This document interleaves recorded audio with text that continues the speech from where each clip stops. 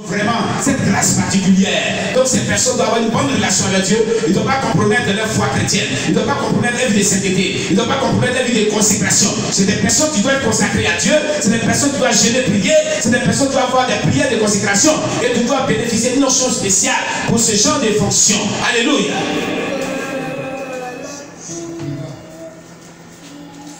On ne responsabilise pas quelqu'un pasteur, quelqu'un ancien, quelqu'un évêque, sans qu'il soit capable d'enseigner et de savoir faire la prière de la foi qui guérit et dont Dieu se sert pour pardonner les péchés des malades.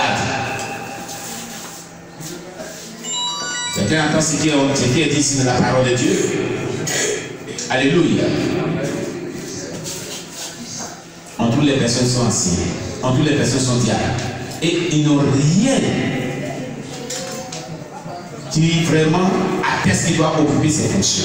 C'est pas bon, c'est pas possible. Nous nous demandons comment est-ce que les gens s'arrangent pour pouvoir les responsabiliser.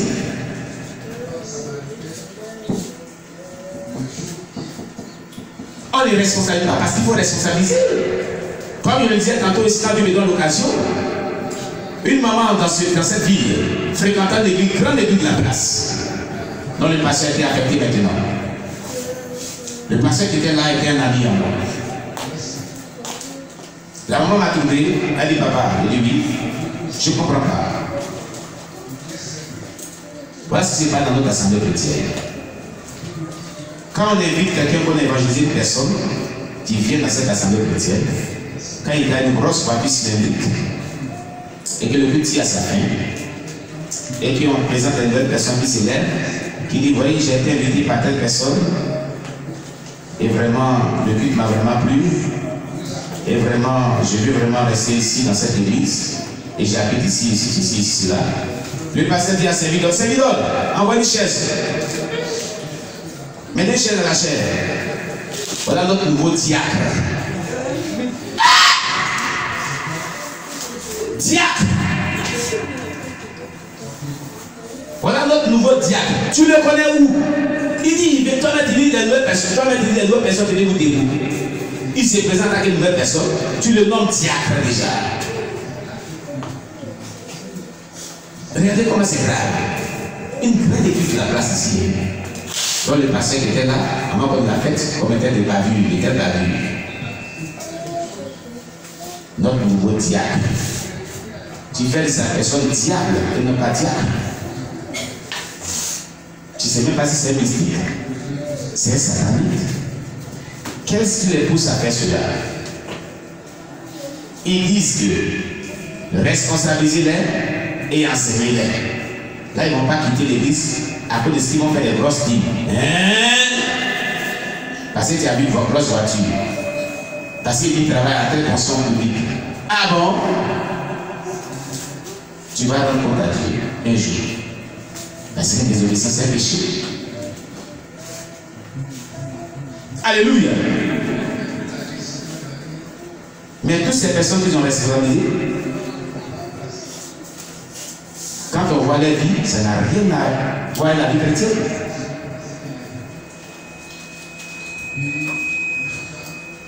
C'est dommage. Vraiment dommage. Voilà du désordre qui est dans l'église aujourd'hui. Du désordre. Vraiment du désordre. Des personnes dont la vie n'est pas vraiment agréable à Dieu, dont la vie ne mérite pas qu'on les responsabilise à des responsabilités très stratégiques dans l'église. On les responsabilise, mais le diable peut rentrer dans cette église et briser son fonctionnement.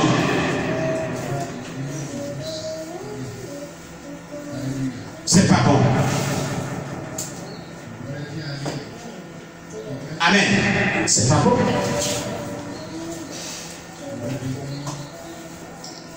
Donc, je parle au pasteur, je parle au leader, et je parle à ceux-là même à qui on propose ces genres de responsabilités. Et ceux qui ne sont même pas encore responsabilisés, mais qui aspirent à la charge d'évêque. Comme on l'a dit, c'est une chose excellente. La Bible dit, on avait vu la dernière fois, si quelqu'un aspire à la charge d'évêque, il désire une œuvre excellente. C'est-à-dire qu'on peut vraiment désirer cela, ce n'est pas mauvais. On peut désirer être vraiment un évêque ou un ancien. C'est pas mal. Dieu approuve cela. Mais est-ce que tu remplis les conditions? Est-ce que ta relation avec Dieu est bonne? Pourquoi tu te responsabilises à tes telles responsabilités? Non. Non. Il faut remplir les conditions. Comme les dons vocaux sont très présents dans les églises. 1 Corinthiens 14, verset 26 à 31. Et le verset 39. Ils doivent être habiles dans les dons vocaux du Saint-Esprit, ces personnes. Donc, je récapitule. Ils doivent être capables d'enseigner, 1 Timothée 3, verset 2, et savoir prier la prière de la foi pour les malades. Jacques 5, verset 14 à 15. Comme les dons vocaux sont très présents dans les églises, 1 Corinthiens 14, verset 26, 31, 39, c'est-à-dire verset 26, le verset 31 et le verset 39, ils doivent être habiles dans les dons vocaux du Saint-Esprit. C'est-à-dire qu'ils doivent manifester les dons vocaux du Saint-Esprit. Les dons vocaux du Saint-Esprit. Ils doivent être habiles dans les dons vocaux du Saint-Esprit. On avait vu les dons vocaux, non? Amen. Quels sont les dons vocaux? Les dons vocaux, le dernier groupe de dons étaient les dons vocaux. On avait dit, le don de prophétie est un message donné par Dieu à son peuple et en une langue connue, au travers des vases humains. Le don de la prophétie fait partie des dons vocaux. Acte 15, verset 32 et acte 21, verset 9. Le don de parler à langue est un message donné par Dieu au peuple dans une langue inconnue au travers des vases humains. 1 Corinthiens 14, verset 27. Deuxième don vocaux, c'est le premier don vocaux. Le premier don qui fait partie des dons vocaux, disons, le don de la prophétie. Deuxième don qui fait partie des dons vocaux, c'est le don de parler à langue. Et troisième don qui fait partie des dons vocaux, c'est le don d'interpréter les langues. Donc il doit être habile dans les trois types de dons qu'on vient de citer. Les dons vocaux. Amen, amen. Amen, amen. Voilà ce qu'on peut dire sur le pasteur. Le ministère des pasteurs. Le ministère des docteurs. Le ministère des docteurs. Ce sont ceux qui enseignent les conseillers de Dieu.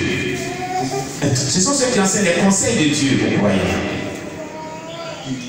Les docteurs. Donc parmi les 5 ministères qu'on a vu dans Éphésiens 4, verset 11 à 12, nous avons le ministère d'apôtres, le ministère des prophètes, le ministère des pasteurs qu'on vient de terminer, et le ministère des docteurs qu'on va voir.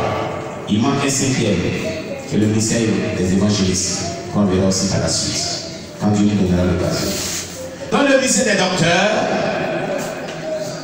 ce sont ceux qui enseignent les conseils de Dieu aux croyants. Ils enseignent les conseils de Dieu aux croyants. Et les conseils de Dieu, c'est toute la Bible. La Sainte Bible, la parole de Dieu. Voilà le conseil de Dieu. Paul et Barnabas ont enseigné l'église d'Antioche pendant 1 an. Paul et Barnabas, ils ont enseigné l'église d'Antioche pendant 1 an. Ils ont joué le rôle des docteurs. Acte 11, verset 26. On va prendre Actes des Apôtres, chapitre 11, verset 26.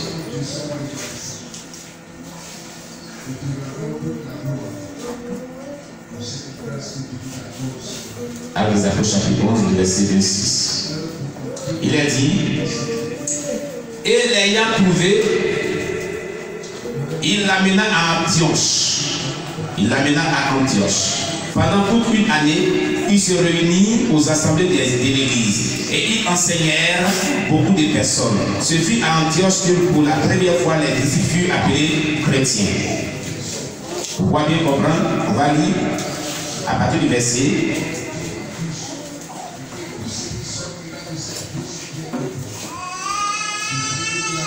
19.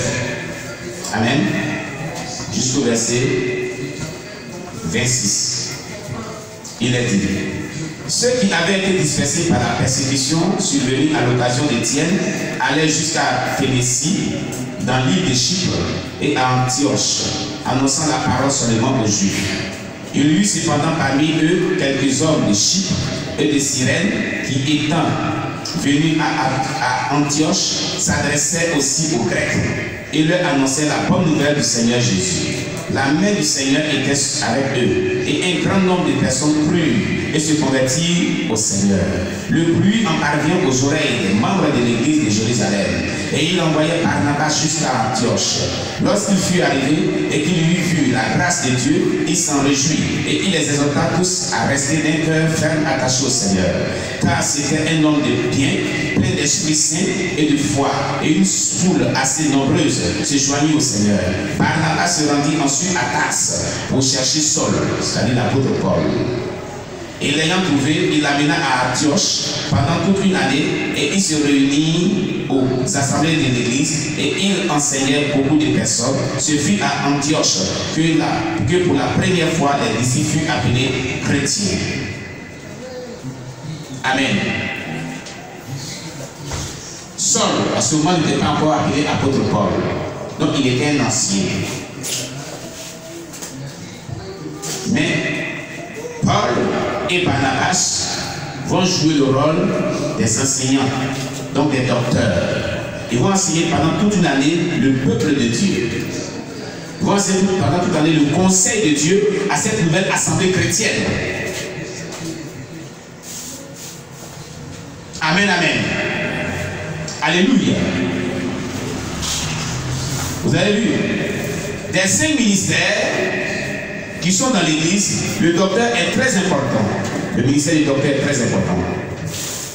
De sorte que Paul le place en 3e position après l'apôtre et les prophètes. Tellement que le ministère du docteur est important, Paul le place en 3e position après le ministère d'apôtre, le ministère du prophète, vient le ministère du docteur. Pourquoi cette classification? Parce que le ministère du docteur est d'une importance capitale. Il doit avoir le ministère du docteur dans une assemblée chrétienne pour enseigner le conseil de Dieu au peuple de Dieu, afin que la foi du peuple de Dieu soit vraiment enracinée sur la parole de Dieu, la sainte doctrine. Amen, amen. 1 Corinthiens 12, verset 28. 1 Corinthiens chapitre 12, verset 28. Donc la position qu'occupe le ministère du docteur.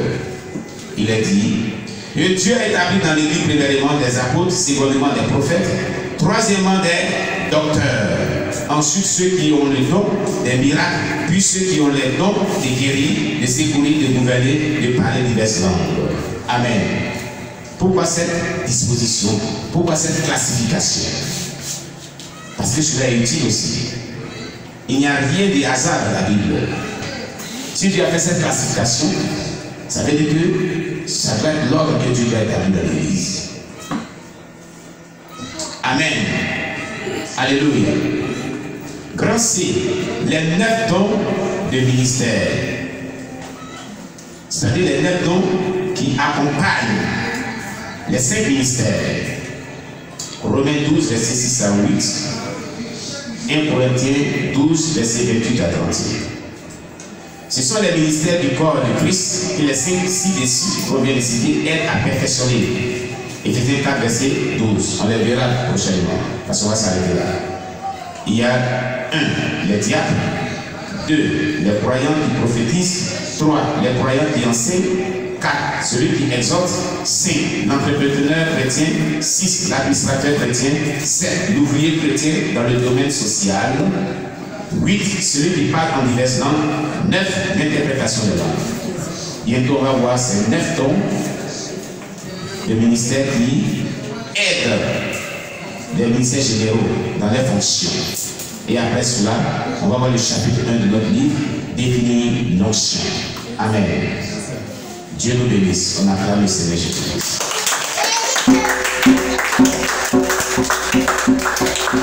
Alors, prochainement, on verra en français, toujours dans notre introduction, parce qu'on est en train d'introduire le thème l'onction du Saint-Esprit. On verra en grand, c'est les 9 dons des ministères que je viens de citer. Ce sont les ministères qui accompagnent les 5 ministères généraux dans les 6 fonctions. Ils les aident. Amen. Voilà. Et qui sont utiles aussi dans le corps de Christ. Dieu nous bénisse. Nous allons prier en fonction de ce message qu'on vient de recevoir de la part de Dieu, la parole du Seigneur. Nous allons dire à Dieu de nous aider à mettre en pratique ce que nous avons compris de la parole du Seigneur. Prions le Seigneur notre Dieu. Merci Jésus-Christ de Nazareth pour ta parole qui est vie et esprit. Merci parce que tu nous as aidé à comprendre aujourd'hui la fonction du pasteur, la fonction du docteur. Nous te rendons grâce. La fonction, mon Dieu, des évêques, des anciens, nous te rendons grâce. Et que notre Dieu nous aide à mettre en pratique ces enseignements pour que notre Dieu, l'Église puisse croître. L'Église puisse être vraiment dans la sainte doctrine, dans l'ordre des choses réelles. Que ton nom soit béni, Jésus. Que ton nom soit exalté, notre Dieu. Que ton nom soit magnifié, Seigneur. Pour la seule gloire de ton nom. Au nom de Jésus-Christ de Nazareth. Amen. Amen, amen. On acclame le Seigneur Jésus-Christ. Que Dieu vous bénisse. Nous allons louer le Seigneur. Voilà, nous allons appeler nos mamans et nous donner les parties de louange. On va louer le Seigneur Jésus-Christ.